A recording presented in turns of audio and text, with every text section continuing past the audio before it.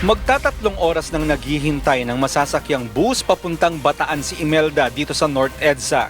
Nagtataka siya bakit sa dami ng mga bus na dumadaan, kahit isa walang humihinto upang isakay siya. Maluwag, walang sumasakay. Kani ko, bakit ganon? Bakit ayaw magpasakay?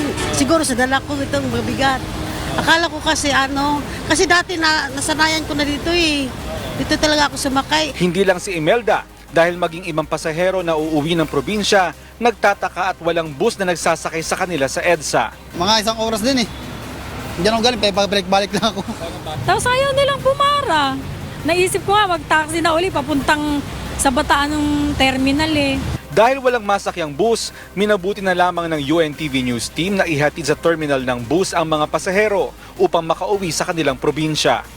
Ito ay dahil sa ipinatupad na ngayong araw ng Metropolitan Manila Development Authority o MMDA ang dry run ng pagbabawal sa mga provincial bus sa EDSA. Ibig sabihin, bawal na ring magbaba at mag-pick up ng pasahero sa EDSA ang mga provincial bus. Lahat ng mahuhuli ay bibigyan muna ng babala.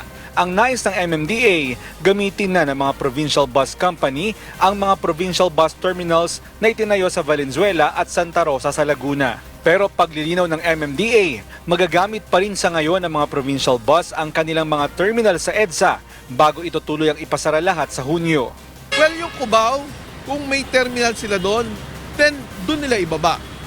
Huwag sa EDSA, sa loob ng terminal nila. Kung wala silang terminal dyan, gusto nila magbaba sa Cubao, pumunta sila sa common terminal, magbayad din sila doon sila magbaba at magsakay. Ayon sa MMDA, matagal ng plano na ipasara ang lahat ng provincial bus terminal sa buong Metro Manila. Malakian nila ang may tutulong nito upang mapaluwag ang daloy ng trapiko sa Metro Manila. Nakiusap na rin ang MMDA sa lahat ng mga city government na huwag nang mag-issue ng business permits sa mga provincial bus company upang hindi na makapag-operate sa Hunyo.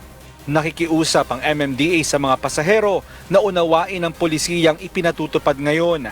Batid ng ahensya na maraming pasahero ang mahihirapan, subalit mas marami naman nila ang makikinabang. Mon Hocson, UNTV News and Rescue, Quezon City.